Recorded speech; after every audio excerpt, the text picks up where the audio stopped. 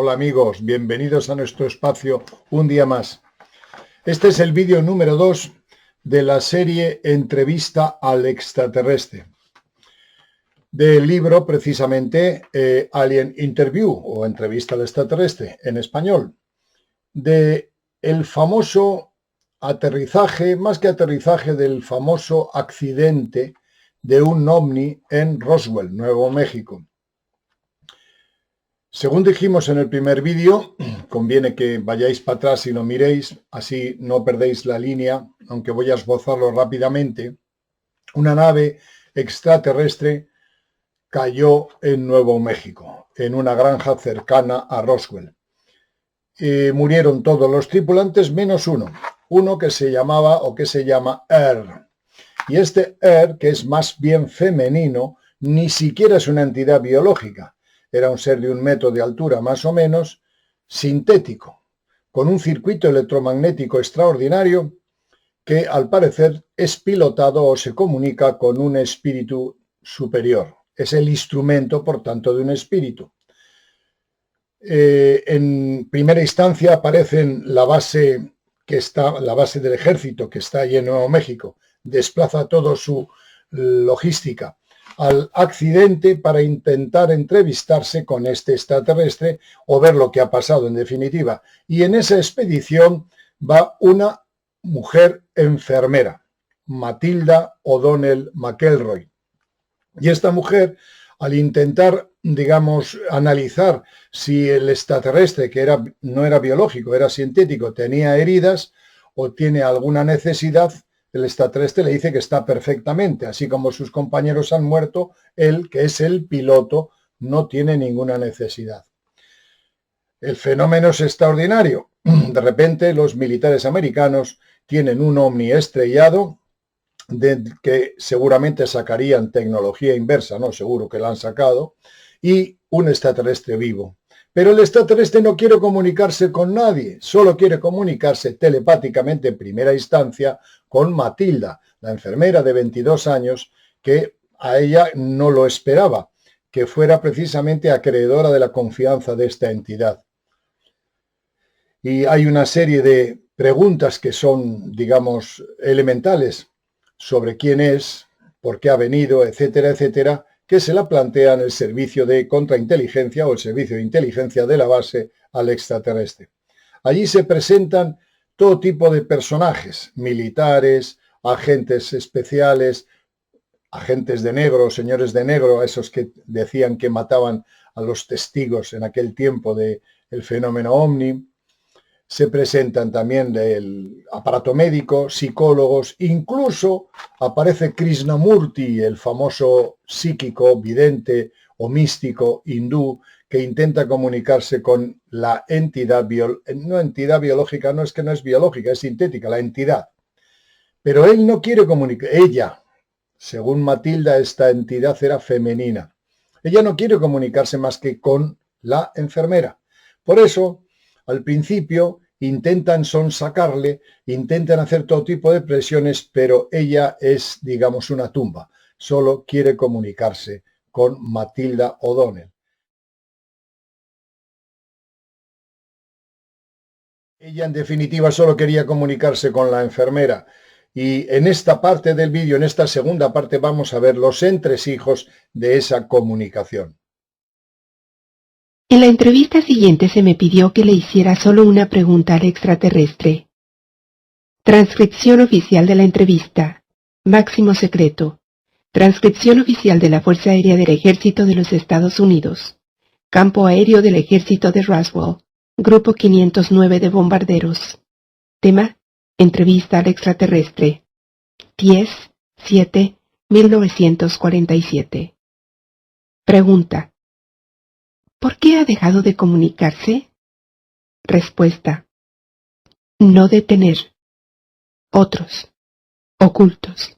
Cubierto. Temor secreto. El extraterrestre no podía comunicarse con ellos porque tenían miedo de ella, o no confiaban en ella, y es claro para mí que el extraterrestre es muy consciente de que algunas personas tienen intenciones secretas hacia ella y ocultan sus verdaderos pensamientos. Es igualmente obvio para mí que el extraterrestre no tenía ni siquiera el más mínimo miedo de nosotros o de cualquier otra cosa para el caso. Yo meditaba las palabras que elegía para transmitir el significado de los pensamientos del extraterrestre con mucho cuidado antes de informarlas al taquígrafo y a la gente que esperaba ansiosamente en la otra habitación. Personalmente, nunca sufrí ningún temor o aprensión hacia el extraterrestre. Yo estaba muy curiosa y excitada por aprender cualquier cosa y todo lo que pudiera de ella y acerca de ella. Sin embargo, como el extraterrestre, yo no tenía mucha confianza en los agentes o autoridades que tenían el control de mis entrevistas. Yo no tenía idea de cuáles podrían ser sus intenciones hacia ella. Sin embargo, estoy segura de que los oficiales militares estaban muy nerviosos por tener una nave espacial extraterrestre y su piloto en sus manos. No me sentía muy capacitada para hacer de intérprete. Sin embargo, yo era la única persona con quien se comunicaría el extraterrestre, por lo que lograrlo dependía de mí. Ciertamente, yo estaba tomando conciencia de que este era probablemente el evento más importante en la historia de la Tierra y que debería estar orgullosa de participar de algún modo. Por supuesto, en ese momento el incidente ya había sido negado oficialmente a la prensa y un proceso de encubrimiento de inmensas proporciones había sido puesto en marcha por el poder. La cuestión es que al ver que tanto especialista, tanto autoridad y tanto militar no consiguen sacarle una sola palabra a que así se llamaba la entidad, empiezan a recelar de la propia Matilda, es decir, del intérprete de su propio ejército. Esta gente era muy desconfiada y Matilda se siente absolutamente abrumada, porque por un lado tiene que estar percibiendo lo que le comunica la entidad y por otro lado tiene el recelo, no están seguros si ella está ocultando información, etcétera, etcétera. La cosa a esta mujer la pone muy nerviosa. Pero fijaros, también ella se da cuenta de que es un hecho insólito, que ella es la primera mujer en la Tierra, según su concepción, que se comunica con una entidad superior o con una entidad del espacio. Ese sentido de singularidad y de responsabilidad, por otra parte, choca con la frustración que le produce que su propio ejército no crea en ella. Mientras esperaba las siguientes órdenes de mis superiores, fui a mi cuarto bajo escolta de varios policías militares fuertemente armados. Varios hombres vestidos de traje negro y corbata me acompañaron también. Todavía estaban allí cuando me levanté por la mañana. Después del desayuno, que me fue traído a mi propio cuarto, me escoltaron nuevamente a la oficina en la base que estaba siendo utilizada para hacer las entrevistas. En la tercera entrevista ya se establece, digamos, una especie de vínculo emocional entre y Matilda. Al final surge amor, cariño, afecto, atracción y admiración, porque Matilda, como confiesa a lo largo del libro y de los informes que ella entrega a la editorial para que se haga el libro, ella se da cuenta de que es una privilegiada y que de una u otra manera la personalidad de la seduce. No desde el punto de vista sexual, porque este ser es asexual totalmente y no hay ninguna intención en su comunicado de posesión desde el punto de vista sexual o como nosotros lo entendemos. No, es una especie de amor, afecto, cariño puro y limpio entre esta entidad y ella. Hay un recíproco sentimiento de afecto, de tal manera que tanto la entidad como ella, cuando entran en comunicación, surge esa especie de sonrisa de complicidad, de amor y de afecto, mientras que con los que estaban en una ventana oscura, los que aparecen detrás del espejo, que era un espejo camuflado, se tiran de los pelos, se enfadan porque ellos no pueden comunicarse con la entidad y esta mujer, que no tiene ningún protagonismo ni ninguna ambición desde el punto de vista militar o de poder, es la depositaria de un hecho sin precedentes.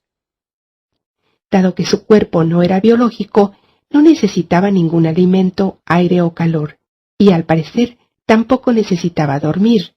No tenía párpados ni cejas por encima de los ojos, por lo que los ojos no se cerraban.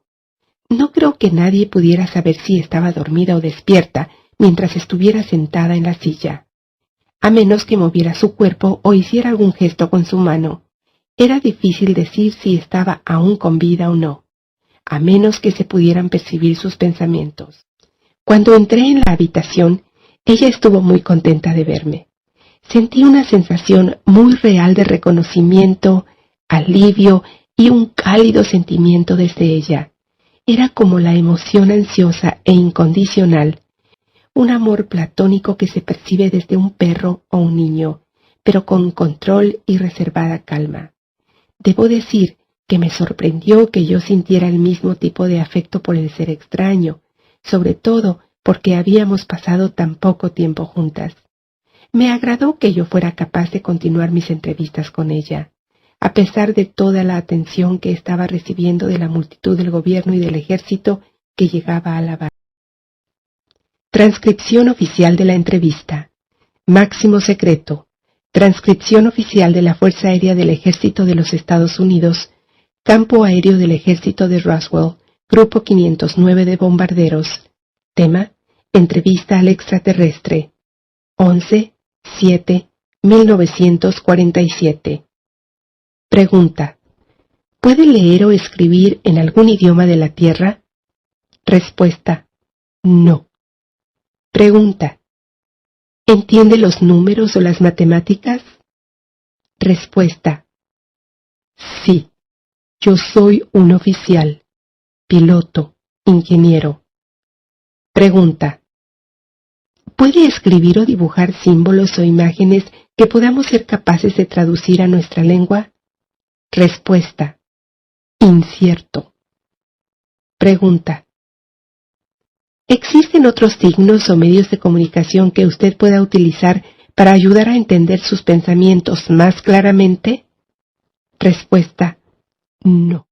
Yo estaba muy segura de que esto no era cierto, pero entendí claramente que Earl no estaba dispuesta a comunicarse por escrito o por dibujos ni por lenguaje de señas.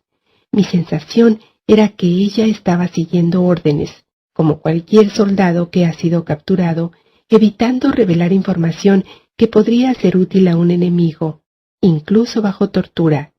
Ella solo era capaz y estaba dispuesta a revelar información personal no confidencial, o nombre, rango y número de serie.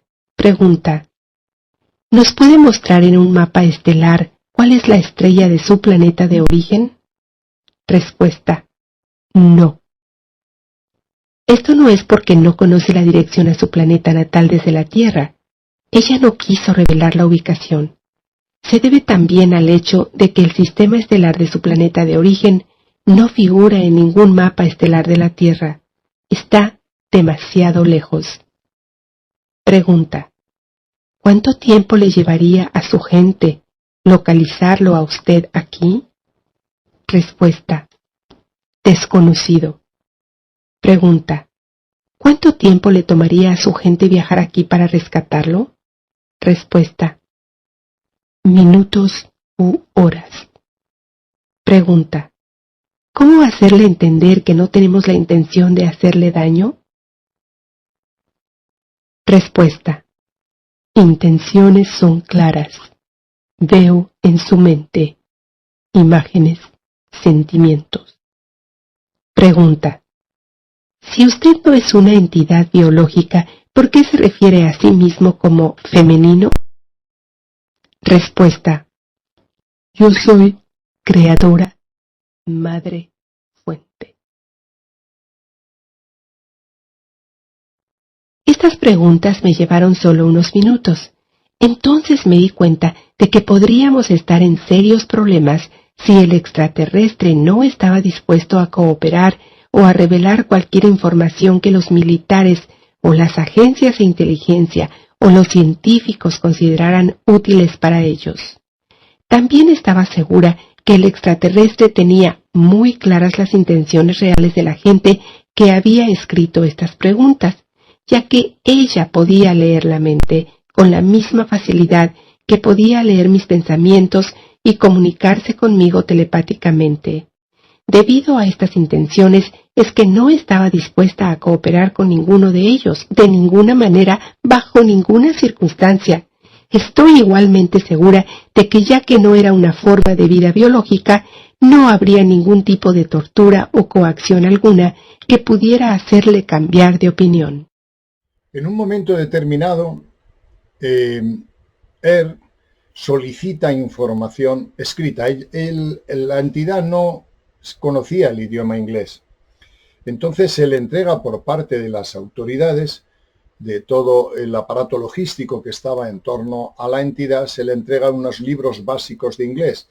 Y progresivamente, en los pocos días que vienen después del accidente, en julio de 1947, ya en los primeros días, esta entidad absorbe todo, pero absorbe no solo las nociones básicas de inglés, sino que empieza a reclamar y reclamar y reclamar libros y libros de historia, de romanticismo, de poesía. Se traga todo, no desde el punto de vista literal, sino que aprende todo. Hasta tal punto que esa comunicación, ese aprendizaje que él tiene del idioma inglés le permite comunicar telepáticamente conceptos más claros a Matilda. Y Matilda los puede entender con más nitidez porque está empleando, las ideas vienen con matices, con formas en el idioma americano, el idioma inglés. El extraterrestre no dormía, estaba siempre estático, no cerraba los párpados porque era un muñeco, era una entidad, pues artificial totalmente. Y estaba permanentemente, como una cámara fotográfica, sacando información de los libros que se le presentan, de tal manera que en un momento determinado ya no es el que va a aprender, es el que va a enseñar. Matilda se da cuenta de que, en definitiva, este hombre ha sobrepasado toda su cultura, todo lo que ella sabe, pero por mucho, porque simplemente ese conocimiento ancestral de millones de años solo necesitaba un vehículo para canalizarlo. Canalizar la información que él quiere entregar, no la que los otros quieren que entregue, sino la que él elige entregar. Pero el idioma inglés les facilita esa comunicación de una manera asombrosa. Siguiendo las instrucciones, me senté junto a Errol en la sala de entrevistas, leyéndole en voz alta cada uno de los libros de la serie de lecturas de McGuffey.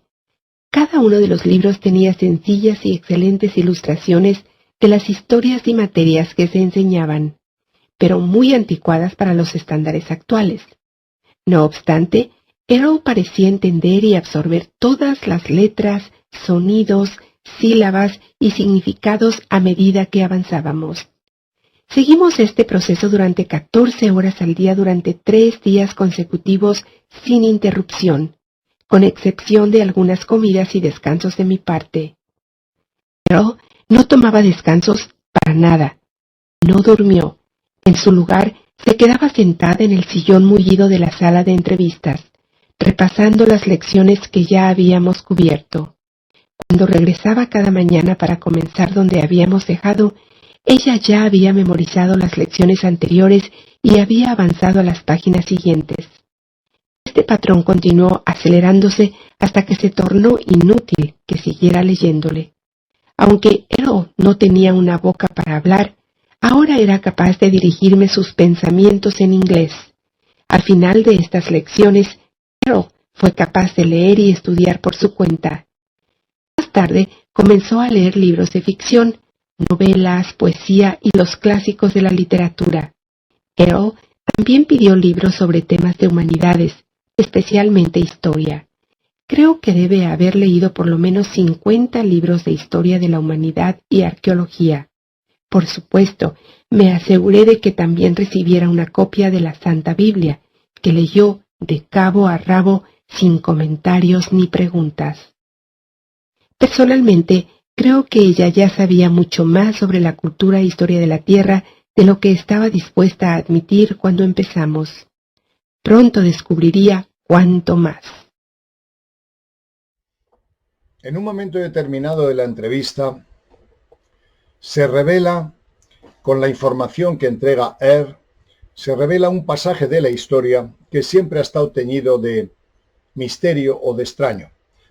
Me estoy refiriendo a la tradición judeo-cristiana que habla de combates entre ángeles, ángeles caídos, ángeles no caídos, entre San Miguel y el dragón, todo este tipo de personajes que aparecen en los textos antiguos arameicos y sobre todo, y además, en el Mahabharata y el Ramayana, que son los textos tradicionales hindúes, donde habla de vimanas, de máquinas que disparaban y que causaban un enorme dolor, eran armas termonucleares. Hicimos hace poco un vídeo de Mohenjo-Daro, una ciudad que todavía emana radiación atómica de explosiones que fueron, digamos, realizadas por entidades que venían volando por el espacio.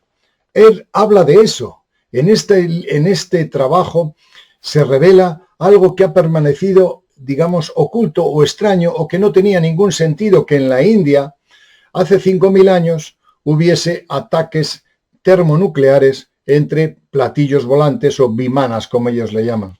Él habla de que mandaron una expedición, su gente, a las estribaciones del Himalaya y que allí fueron atacados por el viejo imperio, por las naves que creían ellos que habían sido definitivamente destruidas y que sin embargo se habían ocultado y que emergieron para combatir a ese grupo expedicionario que había mandado la cultura o el dominio, como llama él, la gente, su gente, había mandado una cultura de cerca de 3.000 personas al Himalaya y cuando llegan allí es atacado por el viejo imperio, por las naves que ellos definen como entidades malignas, como vamos a ver a continuación en los próximos vídeos.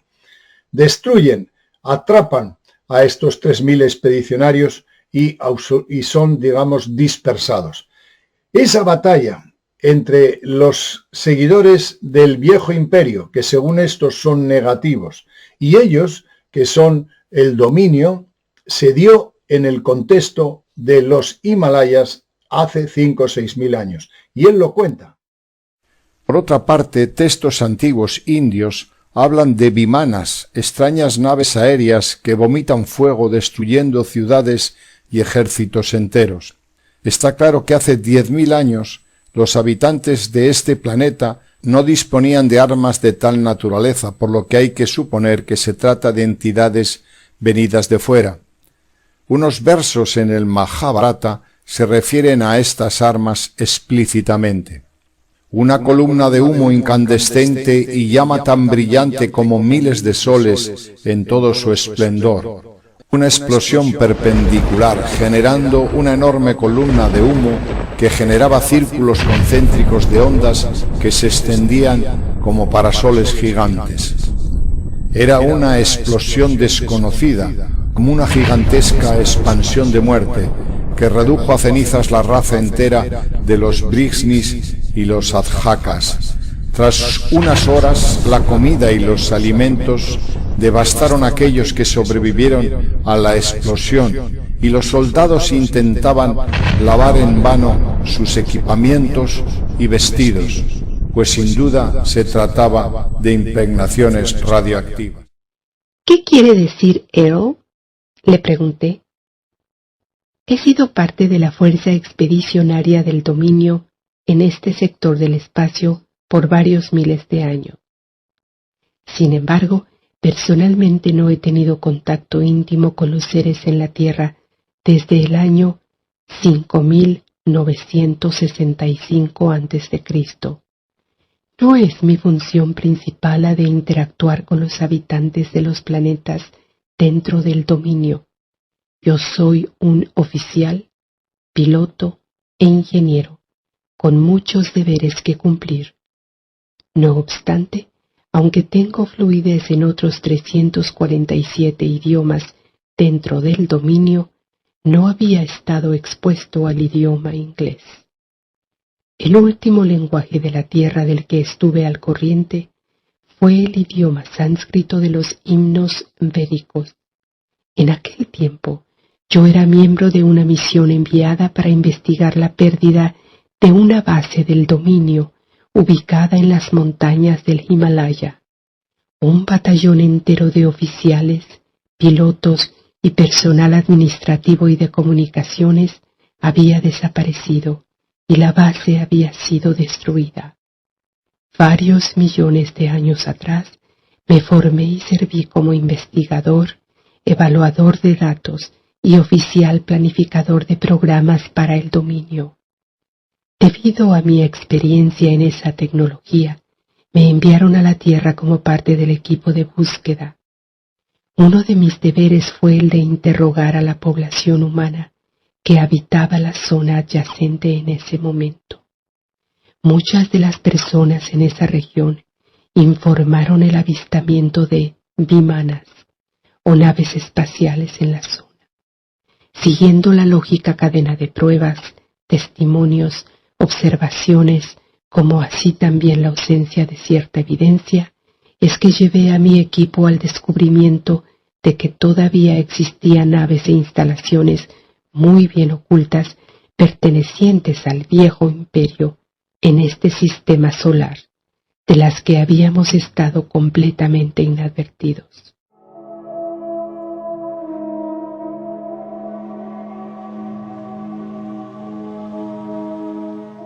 Hay una parte del libro, de la información que entrega Matilda, que es sublime, que es que ella misma dice que es una experiencia extraordinaria. En un momento determinado, le dice a Matilda que él es un ser pilotado, instrumento de una entidad superior, de un ego superior, de un ser inmortal.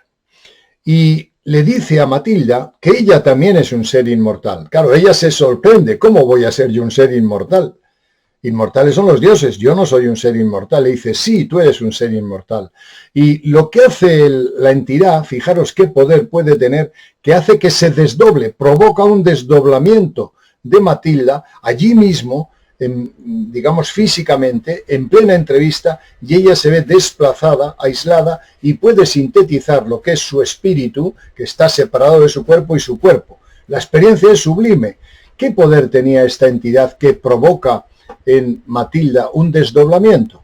Para que simplemente conectara Matilda con su espíritu inmortal, para que se diera cuenta de que todos los seres de la Tierra somos inmortales. Y eso es un punto clave en este libro. El conseguir entender que no somos perecederos, que no somos manipulables, que no somos capricho de los dioses, sino que somos seres inmortales, que hemos olvidado o que nos han hecho olvidar. Estas claves son muy importantes en los siguientes vídeos que vamos a hablar. Personalmente, tengo la convicción de que todos los seres sensibles son seres inmortales espirituales. Esto incluye a los seres humanos.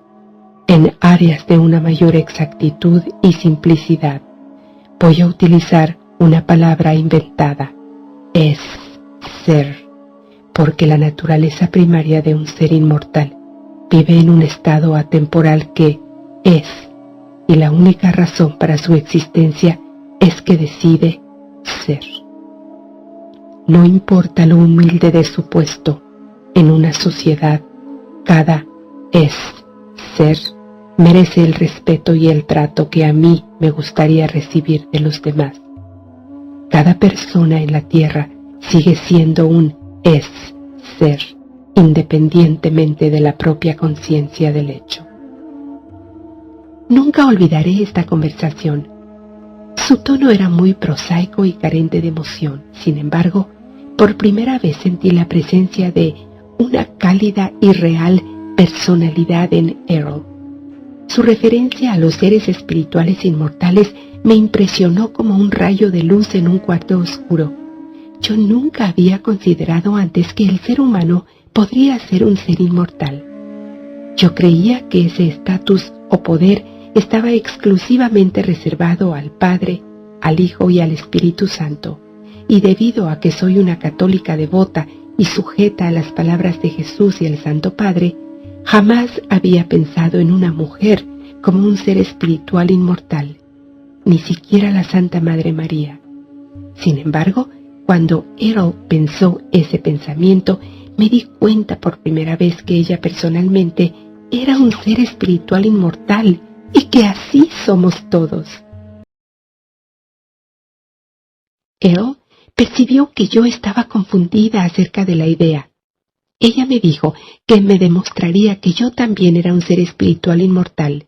Ella dijo, elévate por encima de tu cuerpo. Inmediatamente me di cuenta que estaba fuera de mi cuerpo, mirando hacia abajo desde el techo, viendo la parte superior de la cabeza de mi cuerpo. También fui capaz de ver la habitación a mi alrededor, incluyendo el cuerpo de Earl sentado en la silla al lado de mi propio cuerpo. Después de un momento me di cuenta de la simple pero también inquietante realidad que yo no soy un cuerpo. En ese momento, un velo negro se levantó por primera vez en mi vida y me di cuenta de que no soy mi alma, sino que yo soy yo, un ser espiritual. Esta fue una epifanía inexplicable que me llenó de una alegría y un alivio que no recuerdo haber experimentado nunca antes. En cuanto al concepto de inmortal, no entendía su significado, ya que siempre me habían dicho que no era inmortal. Un espíritu tal vez, pero ciertamente no inmortal. Después de un momento, no estoy segura de cuánto tiempo, él me preguntó si tenía una mejor comprensión de la idea. De repente, estaba de vuelta en mi cuerpo otra vez y dije en voz alta, sí, ya veo lo que quieres decir. Sigue después el libro hablando de la energía termonuclear o la energía atómica que se empleó en los Himalayas, la guerra que hubo entre estas dos facciones del cielo, que nosotros identificamos como los ángeles caídos, los ángeles buenos, los ángeles malos. Al final, después de leer todo este texto, parece que los buenos son ellos y que los malos son el viejo imperio. Pero, claro, el viejo imperio son entidades más bien biológicas, como vamos a ver, y ellos son, en el nivel más elevado, son muñecos sintéticos. Hay que elegir entre ángeles malos, que son muy parecidos a nosotros, y entre ángeles muy buenos, que son entidades de tipo sintético. No es que sean ellas, sino que son seres compenetrados por entidades superiores, como bien dice él. Yo soy un terminal, yo soy un instrumento de un ser superior, un es-ser, como llama él. Earl me explicó las razones de su viaje a la Tierra y especialmente al área del Escuadrón de Bombarderos 509. Ella fue enviada por sus oficiales superiores a investigar las explosiones de armas nucleares que habían sido probadas en Nuevo México. Sus superiores le ordenaron que recopilara información de la atmósfera que se pudiera utilizar para determinar el alcance de la radiación y el potencial daño que esto podría causar al medio ambiente. Durante su misión, la nave espacial fue golpeada por un rayo, lo que provocó que perdiera el control y chocara. La nave espacial es operada por los es-seres que usan cuerpos de muñeca del mismo modo que un actor usa una máscara y un traje. Es como una herramienta mecánica a través de la cual operar en el mundo físico. Ella, así como todos los es-seres de la otra clase de oficiales y sus superiores, habitan estos cuerpos de muñeca cuando están de servicio en el espacio. Cuando no están de servicio, dejan el cuerpo y operan, piensan, se comunican, viajan y existen sin el uso de un cuerpo. Los cuerpos están construidos con materiales sintéticos y cuentan con un sistema nervioso eléctrico muy sensible que se ajusta a cada es-ser, sintonizándose con una longitud de onda electrónica que se corresponde únicamente a la longitud de onda o la frecuencia emitida por cada uno de los es-seres.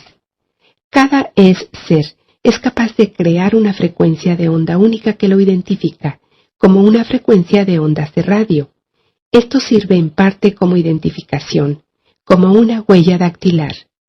El cuerpo de muñeca actúa como un receptor de radio para el es-ser.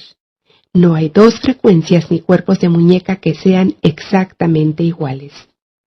Los cuerpos de cada es-ser de la tripulación también son sintonizados y conectados al sistema nervioso incorporado en la nave espacial. La nave espacial está construida en gran parte de la misma manera que el cuerpo de muñeca. Se ajusta específicamente a la frecuencia de cada uno de los seres miembros de la tripulación. Earl fue, y sigue siendo, un oficial, piloto e ingeniero en una fuerza expedicionaria que forma parte de una civilización espacial, Space Opera, autodenominada El Dominio. Esta civilización controla un gran número de galaxias, estrellas, planetas, lunas y asteroides a lo largo de un área del espacio, que es aproximadamente 1/4 parte de todo el universo físico. La misión constante de su organización es asegurar, controlar y expandir el territorio y los recursos del dominio. Earl señaló que en sus propias actividades son muy similares en muchos aspectos a las de los exploradores europeos que descubrieron y reclamaron el Nuevo Mundo para el Santo Padre, el Papa, los reyes de España, Portugal y más tarde Holanda, Inglaterra, Francia y así sucesivamente. Europa se benefició de la propiedad adquirida de los habitantes nativos. Sin embargo, los habitantes nativos no fueron consultados ni se les pidió permiso para convertirse en una parte del dominio de las naciones europeas y de los soldados y sacerdotes que enviaron a adquirir su territorio y riquezas con el fin de promover sus intereses. Y este vídeo, que es el número 2, lo terminamos con un acto reflexivo de vergüenza. Y digo esto como español, porque fijaros, en cuanto que él absorbe toda la historia del tiempo antiguo, del Imperio Español, cuando fuimos a América, a conquistar América, él dice que lo hicimos mal, que fue una vergüenza, que no lo hicimos bien. Y él reflexiona diciendo que los miembros del dominio no hacen lo que hicimos los españoles en el tiempo de la conquista de América, que nos llenamos de vergüenza por imponer y esclavizar y diezmar y robar a los nativos americanos.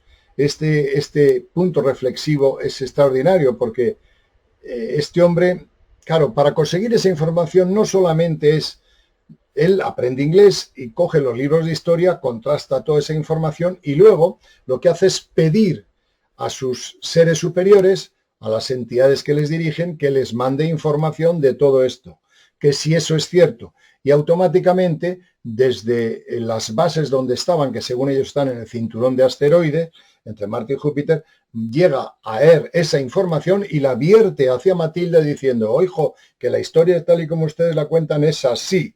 Y es vergonzoso que se hicieran este tipo de barbaridades en el tiempo de la conquista de América. Interesantísimo. En cualquier caso, con esta última reflexión que vamos ahora a comunicar y que nos cuenta Matilda, daremos enseguida paso a un tercer vídeo de esta historia apasionada y apasionante que nos proporciona el superviviente del accidente de Roswell en los primeros días de julio de 1947. Os emplazo, por tanto, al siguiente capítulo. Earl dijo que leyó en un libro de historia que el rey español lamentó el trato brutal dado a los habitantes nativos por sus soldados. Temía la venganza de los dioses que él adoraba, como se describe en los testamentos de la Biblia. Le pidió entonces al Papa que preparara una declaración llamada el requerimiento, que se suponía debía ser leída a cada uno de los habitantes nativos recién encontrados. El rey esperaba que la declaración, ya sea que fuera aceptada o rechazada por los nativos, lo eximiera de toda responsabilidad por las masacres y esclavitud resultantes de estas personas. El rey utilizó estas declaraciones como justificación de la confiscación de tierras y posesiones por parte de sus soldados y los sacerdotes del Papa. Al parecer, el Papa personalmente no tuvo ningún sentimiento de culpa o responsabilidad en la materia. Earl pensaba que tales acciones eran las de un cobarde y que no es de extrañar que el territorio de España hubiera disminuido tan rápidamente.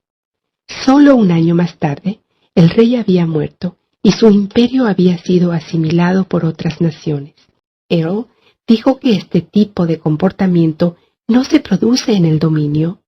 Sus líderes asumen la plena responsabilidad de las acciones del dominio y no se denigrarán de esta manera. Tampoco temen a ningún dios ni tienen algún arrepentimiento por sus acciones. Esta idea refuerza mi suposición anterior de que Earl y su gente sean probablemente ateos. En el caso de la adquisición de tierras por parte del dominio, los gobernantes del dominio no han querido revelar abiertamente esta intención a los habitantes nativos de la tierra hasta una fecha futura, en la que esto pueda o no pasar, según sirva a sus intereses mostrarse a sí mismos. Por el momento, no es estratégicamente necesario que la presencia de la fuerza expedicionaria del dominio sea comunicada a la humanidad. De hecho, hasta ahora ha sido muy agresivamente ocultada. El cinturón de asteroides cerca de la Tierra es una muy pequeña pero importante ubicación para el dominio en esta parte del espacio.